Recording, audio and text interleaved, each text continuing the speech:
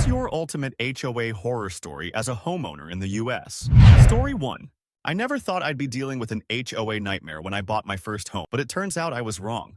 My house was in a charming, relatively quiet suburban neighborhood. Everything seemed perfect until I got my first notice in the mail. Apparently, my fence, which was up when I moved in, was not up to code. It wasn't something I thought I needed to check, as it wasn't a huge or fancy fence, just a standard wooden one, completely unobtrusive. But according to the HOA, it was too tall by half an inch. They gave me a month to take it down, or I'd face fines. Naturally, I called the HOA to dispute it. The person I spoke with was unhelpful and rude, insisting there was nothing they could do. I hired a contractor to come out and take a look, but after they inspected it, they confirmed that the fence was perfectly legal by the county's rules. Still, the HOA refused to budge. They continued to send me threats of fines and eventually a legal notice saying they'd take me to court over a fence that was barely noticeable.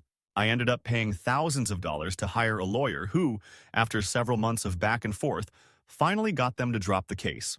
The stress was unbearable, and it felt like I couldn't do anything without stepping on the HOA's toes. It completely ruined my experience of owning a home, and I'll never forget how powerless I felt in my own neighborhood. Story 2. I moved into a pretty standard suburban home, and after a few months, I noticed that the HOA was really serious about their rules.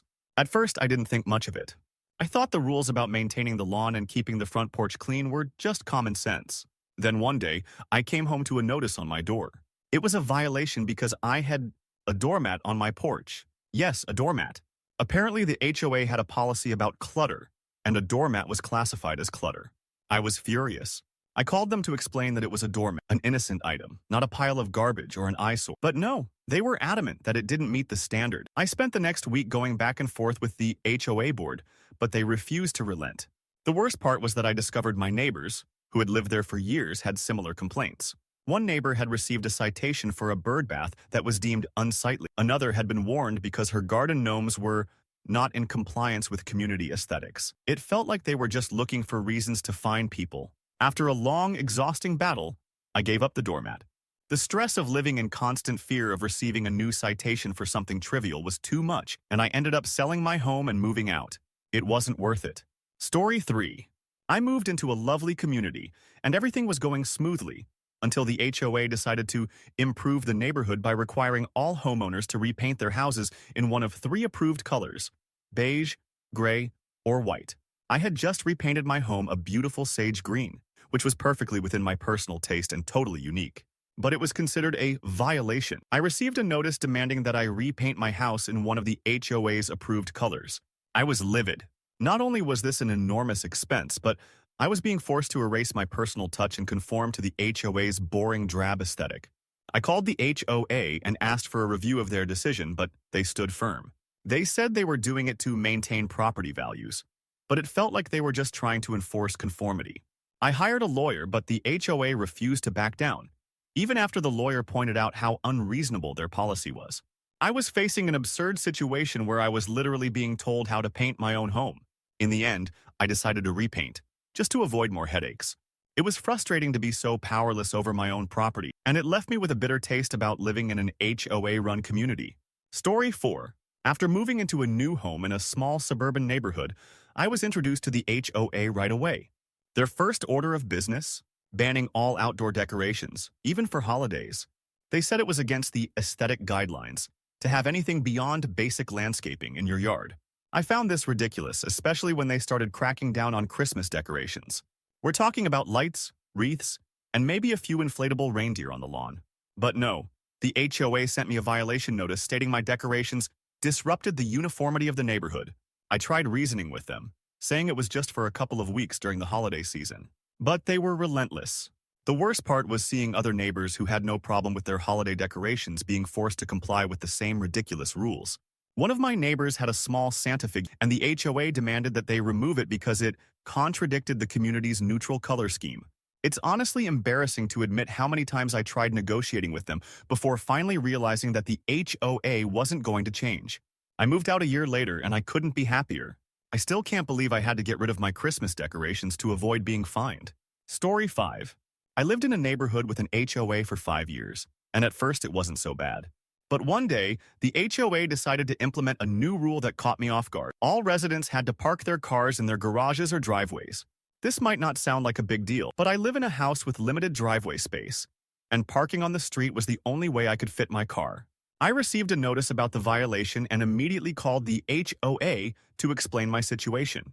They told me that parking on the street was unacceptable, and I needed to park my car in the garage, despite the fact that my garage was already full of other items like furniture and tools. They wouldn't offer any exceptions, and I was left with no choice but to store my stuff elsewhere to make room for my car. It felt like an overreach, and honestly, it made me realize how little control I had over my own life in this HOA.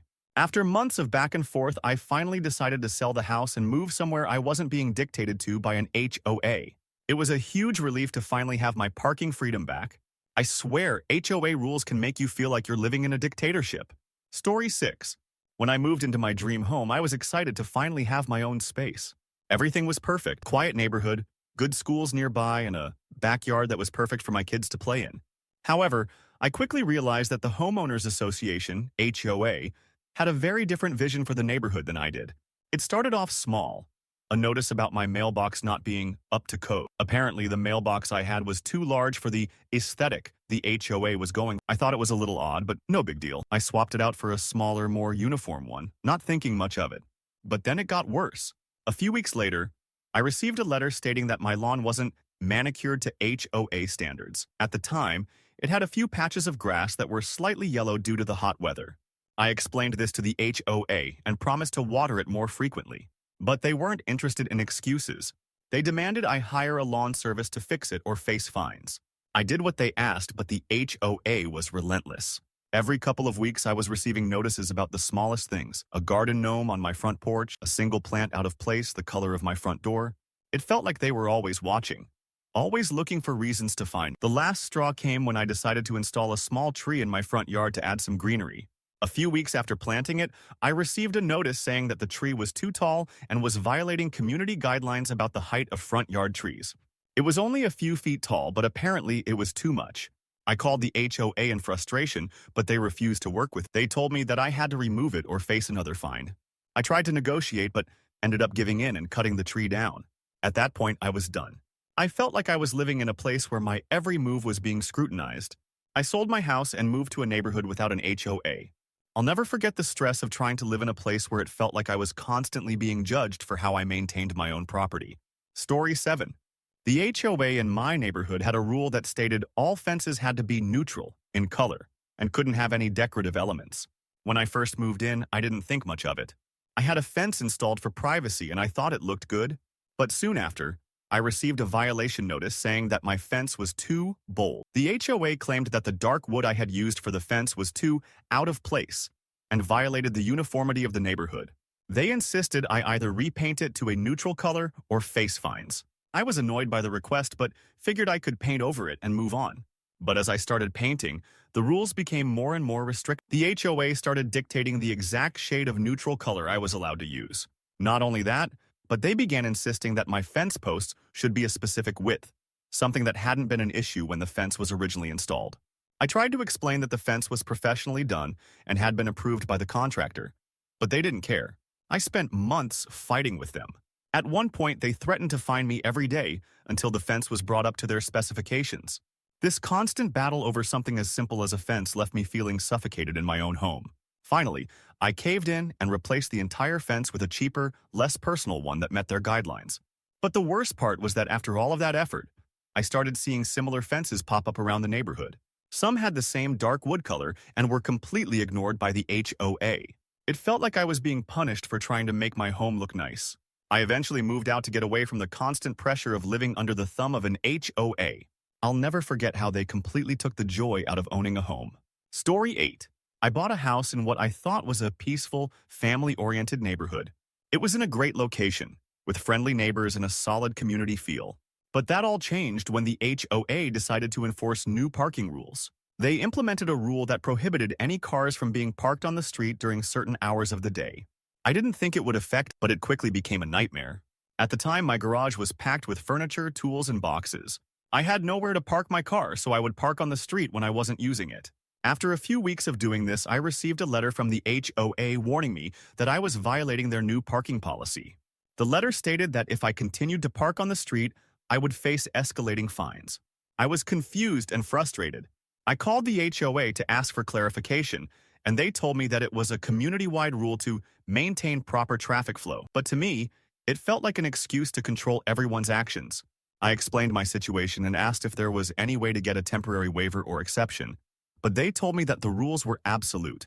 I could either park my car in the garage, which wasn't feasible due to the amount of stuff inside, or face fines. I spent weeks trying to rearrange the garage, moving boxes and furniture around, but it was a huge task. When I finally got enough space to park my car inside, it felt like a huge victory, but the entire process had been exhausting, and I couldn't shake the feeling that the HOA was taking away my freedom as a homeowner. In the end, I decided to sell my house and move to a different area without such strict regulations. Story 9. I never thought I'd be dealing with the HOA on something as trivial as trash cans, but that's exactly what happened. The HOA in my neighborhood had a very specific rule about trash bins. They had to be hidden from view at all times. This meant that they couldn't be left on the curb for even a minute past trash day, and they couldn't be visible from the street. It seemed like a small thing, but the HOA went to great lengths to enforce it. One day, I was running late to work and forgot to move my trash can from the curb. The HOA sent me a violation notice for leaving my trash can out too long. I thought it was ridiculous and tried to explain that it was an honest mistake, but they weren't interested in hearing. They insisted that I had violated the community's aesthetic standards and that I needed to move the trash can immediately. I was furious. I had never heard of an HOA being so obsessive over something as minor as a trash can. After this, I started noticing how strict they were about other things. Garbage bins, outdoor decor, the type of plants in front yards, and even the position of mailboxes. It felt like the HOA was constantly nitpicking every little detail, and no matter how small the infraction, they were quick to send violation notices. Eventually, I reached my breaking point. The stress of constantly worrying about whether I was violating one of their rules was too much. I sold the house and moved somewhere where I didn't have to worry about getting fined for the smallest mistakes. The experience left me bitter about HOAs, and I vowed never to live in another neighborhood controlled by one. Story 10. When I bought my house, I thought it would be a great investment.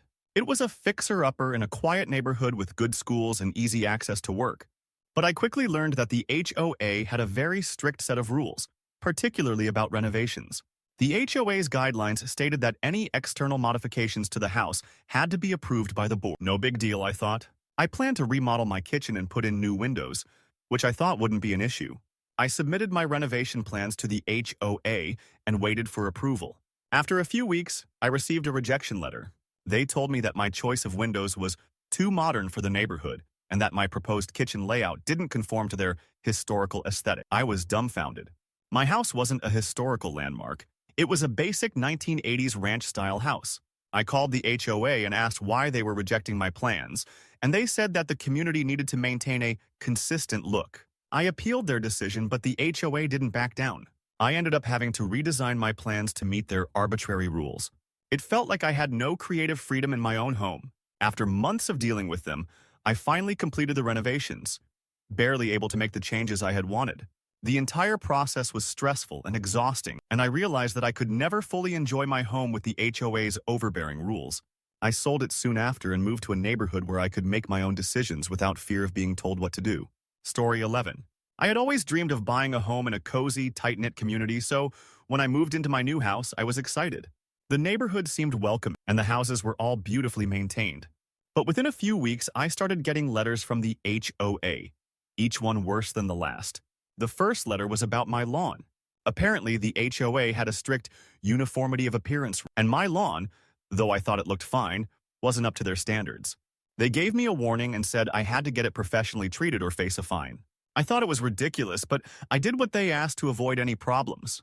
Then came the second notice, about my flagpole.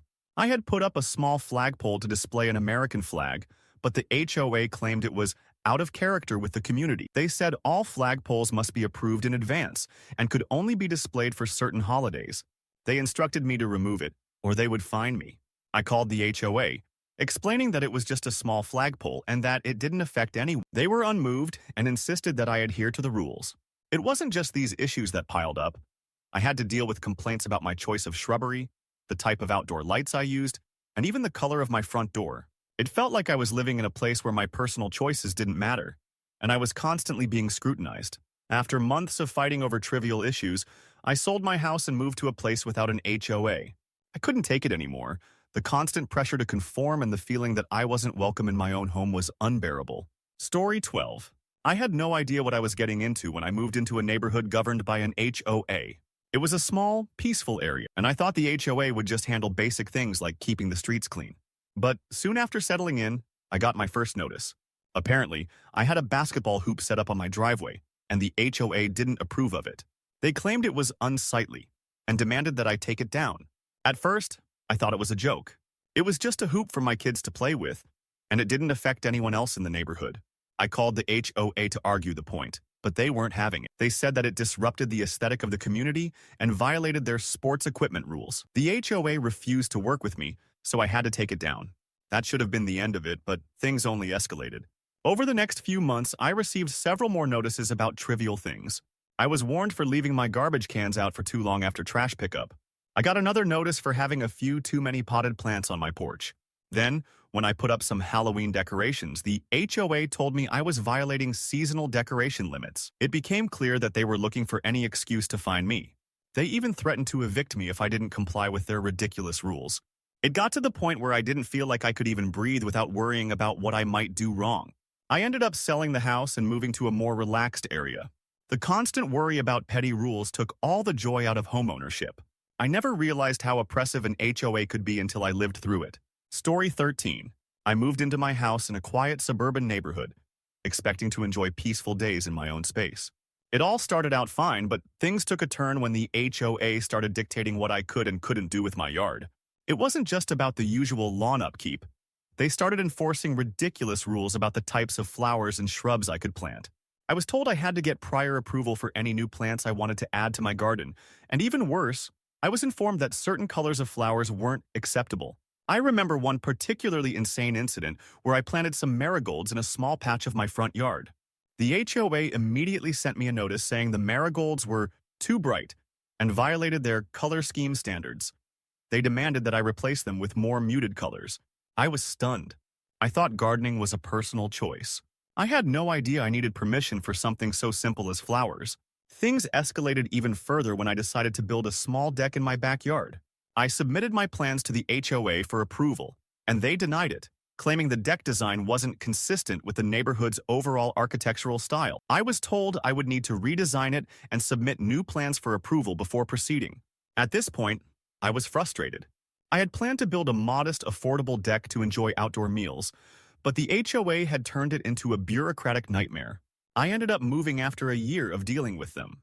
It wasn't the home I wanted, it was the HOA's version of a home. I will never live in a neighborhood governed by an HOA again. Story 14. When I bought my first home, I was excited to be part of a community. The neighborhood seemed perfect, quiet streets, friendly neighbors, and a good sense of pride in the homes. However, that sense of community quickly turned sour when I dealt with the HOA's relentless obsession with my driveway. I had just repaved my driveway with a textured decorative surface, which I thought was a nice touch. A couple of weeks after the work was completed, I received a notice saying that my driveway violated the neighborhood's approved driveway materials and had to be replaced with a standard concrete finish. I was shocked. My driveway looked beautiful and it was functional, but the HOA insisted it didn't fit the community's look and that I had to tear it up and redo it. I tried to reason with them. I explained that the material was high quality, durable, and improved the aesthetic of the home, but the HOA would not listen. The most frustrating part was that no one else had any complaints about it. My neighbors didn't mind at all. But that didn't matter to the HOA. I ended up fighting it for months, hiring a lawyer to try and get them to drop the demand. It wasn't until I was told they'd be pursuing further legal action that I finally caved and replaced the driveway with a boring, standard concrete one.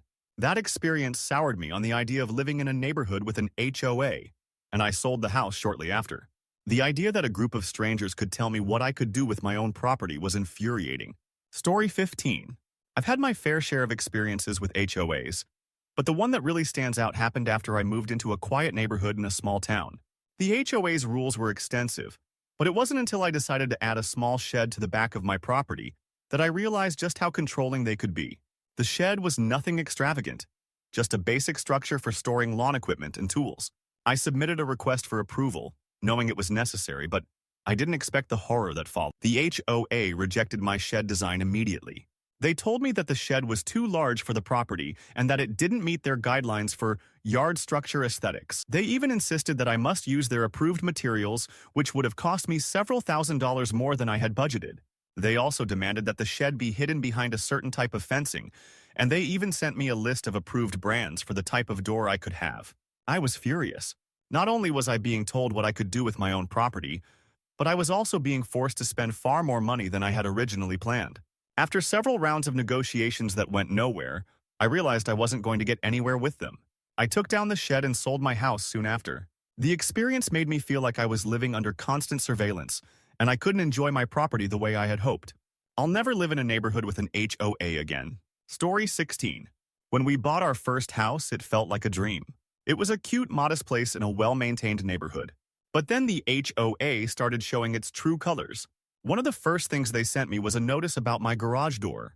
I hadn't even noticed anything wrong, but the HOA claimed that the door wasn't painted the right shade of white according to their guidelines. I was confused because it looked white to me, but they insisted I had to repaint it to an exact shade that they approved. It was a small thing, but it set the tone for what was to come. Next, they came after my front lawn. I had put in a small flower bed with a few bright-colored flowers. Nothing crazy, just a pop of color to make my home feel welcoming. The HOA sent me a letter saying that the colors were too vibrant and didn't match the approved palette for the neighborhood. I thought they were kidding, but they weren't. They gave me a week to remove the flowers or face a fine. But the worst incident came when I had a tree in my backyard that had started to grow a little too tall. It wasn't obstructing anything, but the HOA deemed it a nuisance because it could potentially block a neighbor's view of the street in the future. They sent me a letter demanding I trim the tree or remove it entirely. I couldn't believe it. This tree had been a part of my yard for years and it was healthy and beautiful. Yet the HOA wanted me to get rid of it for purely aesthetic reasons. It became clear that living under the control of an HOA meant having no control over my own property. I felt suffocated.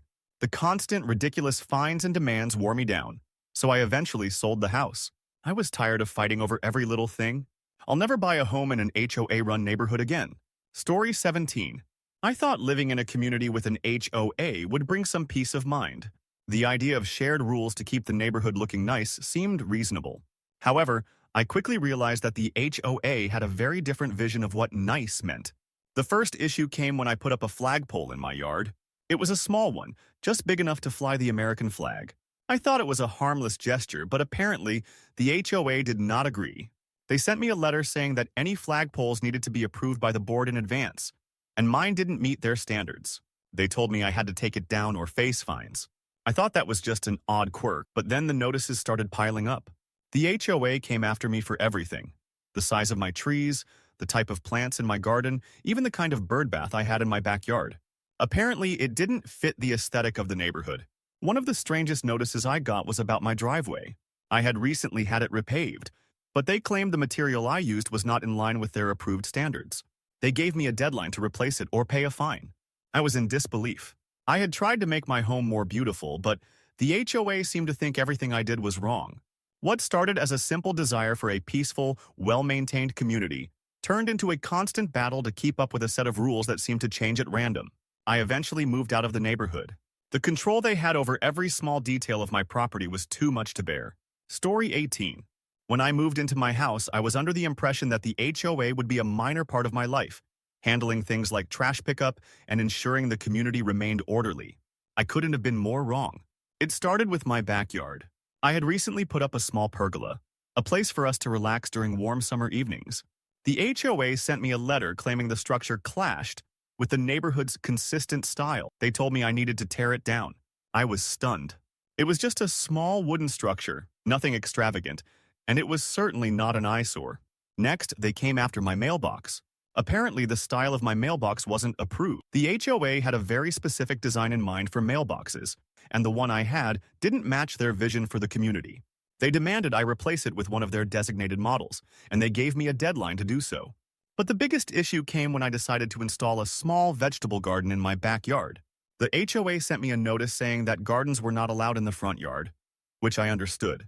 But then they told me I couldn't have one in the backyard either, unless it was completely hidden from view.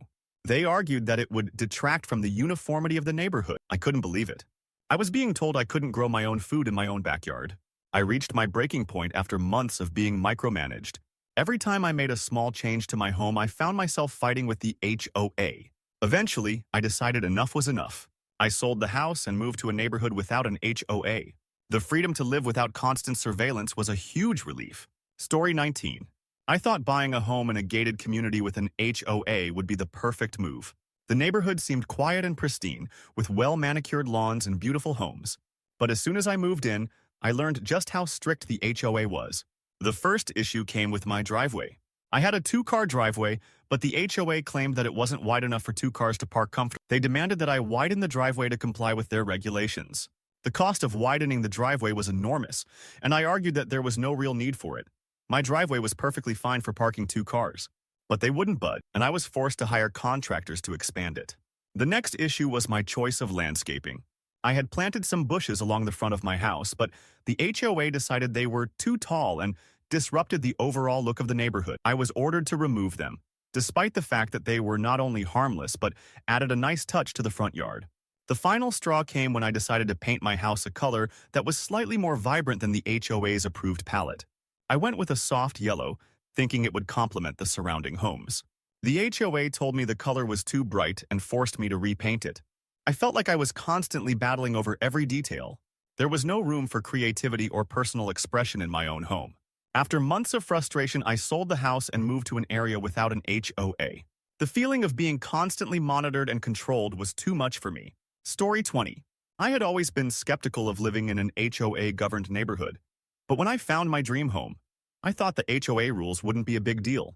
How wrong I was. At first things were fine, but soon after I moved in, I received a notice about my backyard fence.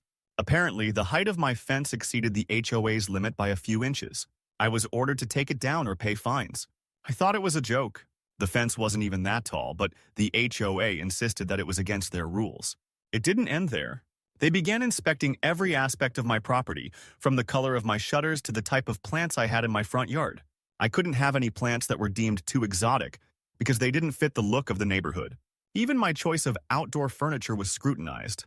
I had a few chairs and a small table on my front porch, and the HOA sent me a notice saying the furniture wasn't in line with neighborhood standards. I was told to either replace it with something approved or face a fine.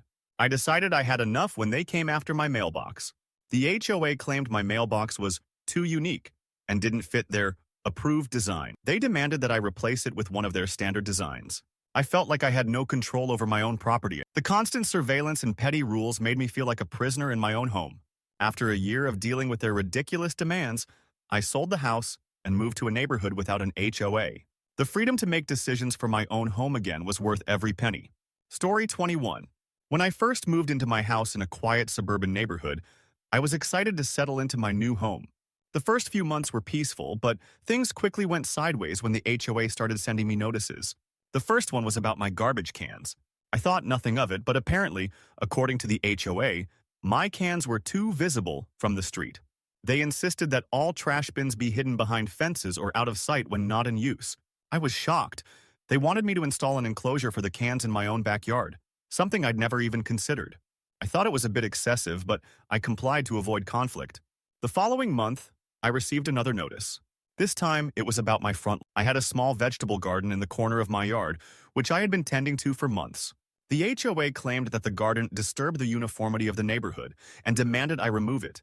I tried to argue, explaining that it was tucked away and that no one would notice it unless they were looking closely. But the HOA was inflexible, insisting that gardening was only allowed in the backyard and that it must not interfere with the community's aesthetic. I was becoming increasingly frustrated. I spent years living in apartments and dreamed of finally having my own space, only to be constantly micromanaged by the HOA. They even sent a letter when I hung a small wind chime on my porch, claiming it was too noisy and disruptive. It felt like they were scrutinizing every tiny detail of my life. After dealing with fines and constant surveillance for 6 months, I sold my house and moved to a neighborhood with no HOA.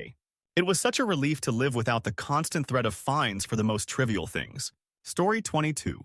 I didn't know what to expect when I bought my house, but I definitely didn't think an HOA would be such a huge part of my life. The first issue I had with the HOA was over my car. I had an older sedan, nothing fancy, just a car that I used to commute to work every day. Apparently, my car wasn't up to the neighborhood standards because it had a few dents and scratches. The HOA sent me a notice saying that I needed to either repair the car or park it in the garage. I tried explaining that I needed the car to get to work, but they wouldn't budge. They even threatened to fine me if the car remained parked in the driveway for more than 48 hours. I thought this was a bit extreme, but it wasn't the end of it. I had a small shed in my backyard just large enough to store my lawnmower and a few garden tools. The HOA sent me a letter stating that the shed clashed with the overall aesthetic of the neighborhood and had to be removed. They gave me 30 days to either remove it or face penalties. I was furious. The shed had been there for years before I even moved in, and now I was being forced to get rid of it for no good reason. After several months of receiving notices for things like the color of my mailbox, apparently it was too dark, I realized the HOA was a nightmare. They were constantly trying to control every little thing about my property. Eventually, I decided enough was enough and put my house up for sale. I just couldn't deal with the constant pressure from the HOA and I moved to a more relaxed neighborhood. And I can honestly say that the freedom to make my own decisions about my property has been a weight off my shoulders. Story 23. I'd heard stories about HOA troubles, but I didn't expect it to be this bad.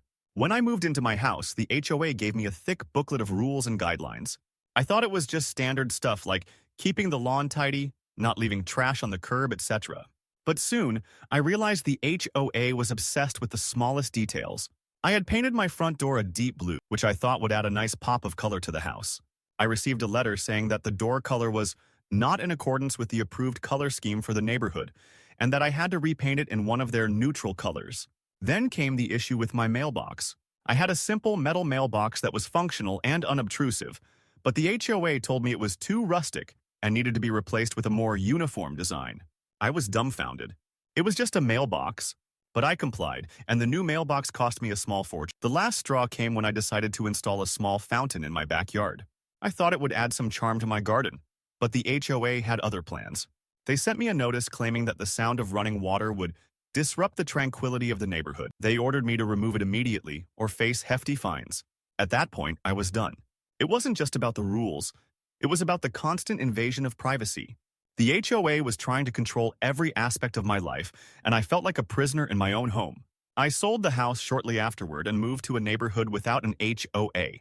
It was liberating to finally make my own decisions about my property without worrying about getting a letter in the mail every other week. Story 20. I bought my house in a charming little community that had a seemingly friendly HOA. But after a few months, I realized just how much power the HOA had over my day-to-day life. The first issue came when I installed a new porch swing. I thought it would be a cozy addition to my front porch, but the HOA claimed it was unsuitable for the overall design of the neighborhood and demanded I remove it. I thought they were joking at first, but they weren't. They sent me a formal notice saying I had to take it down or face a fine. I wasn't the only one who had issues with the HOA.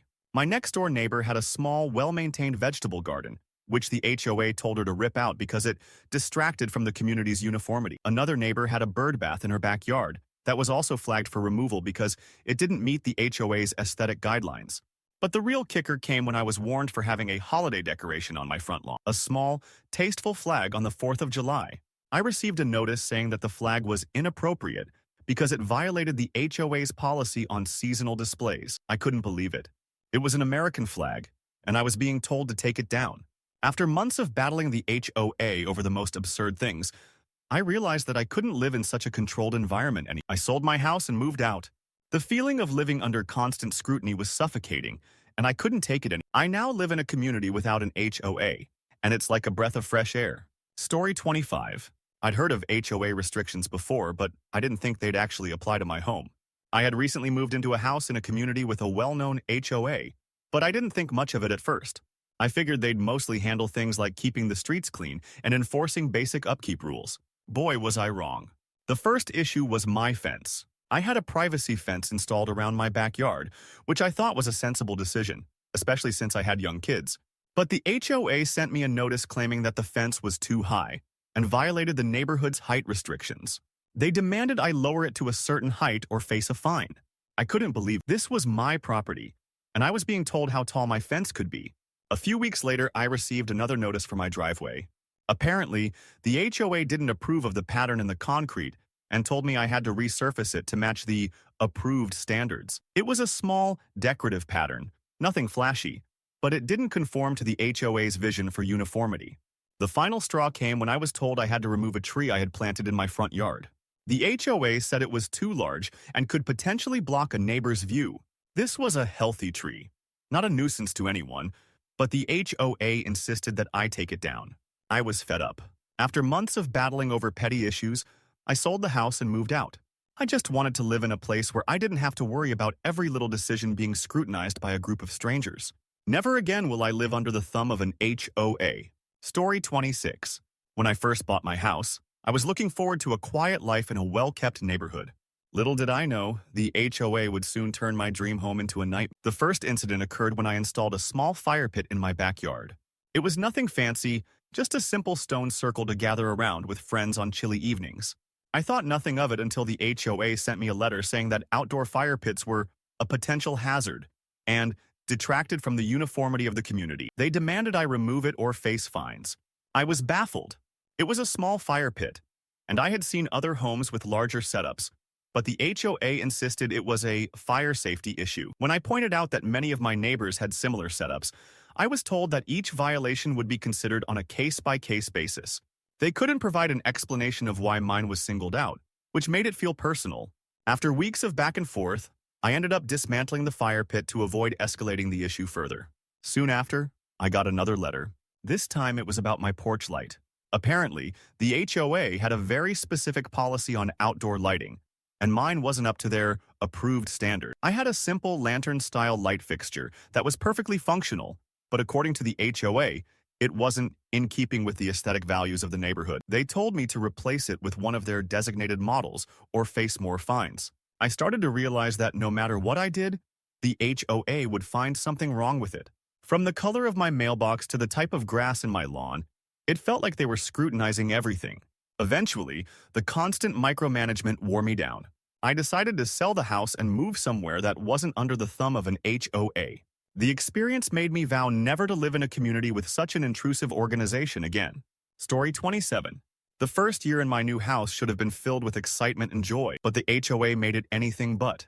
The trouble started when I decided to put a small hammock in my backyard. I was looking for a relaxing way to enjoy the outdoors, and I thought the hammock would be a great addition to my garden. But the HOA had other plans. I received a letter in the mail warning me that the hammock disrupted the harmonious aesthetic of the neighborhood. It was a simple, classic hammock with wooden spreaders, nothing out of the ordinary. But the HOA insisted that it didn't align with the uniformity they expected.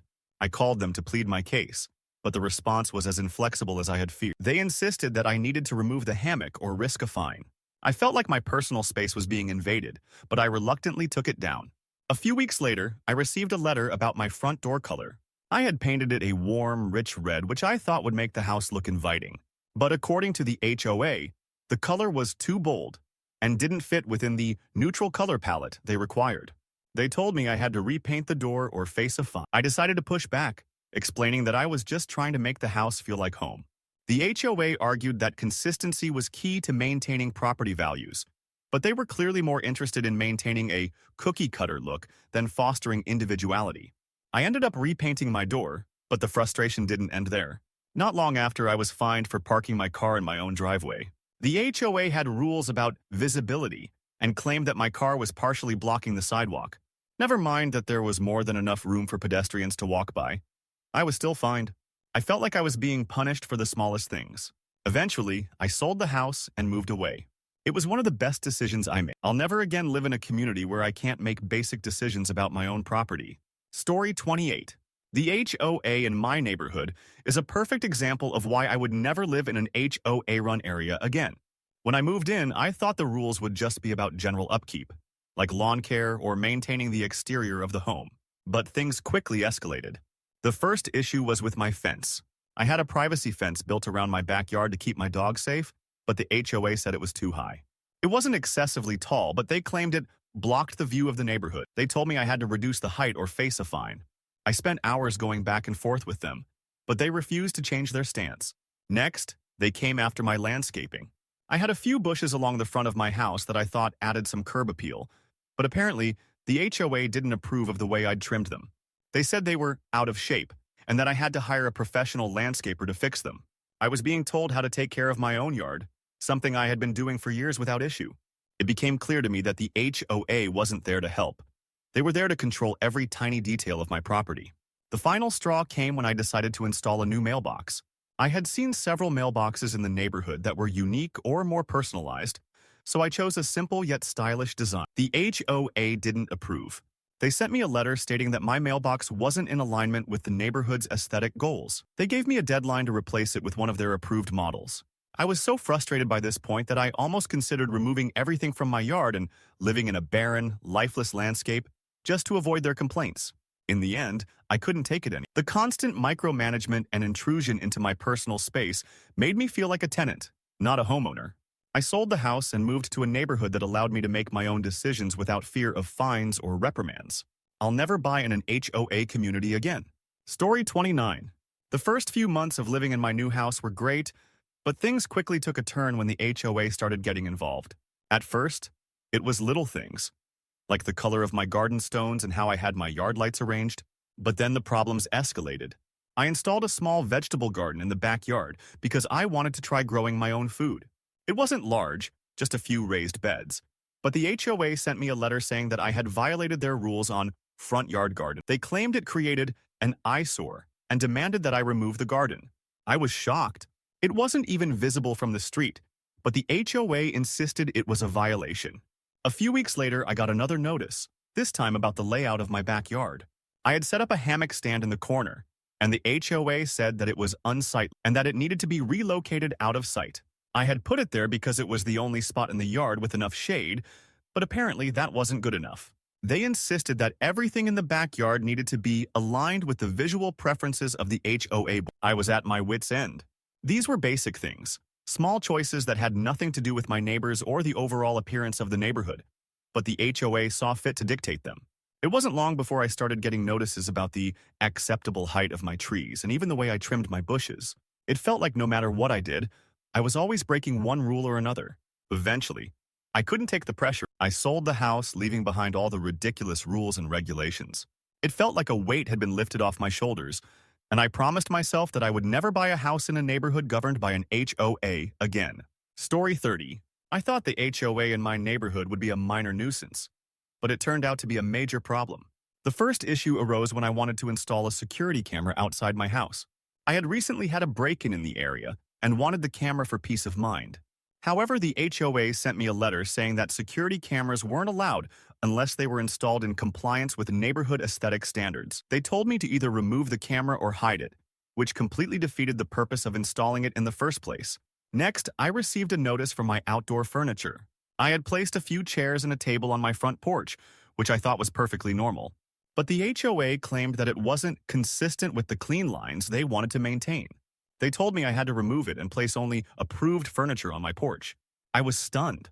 It was just a few chairs and a table. Things only got worse from there. I was fined for having my lawnmower out on the driveway for more than an hour after mowing my lawn.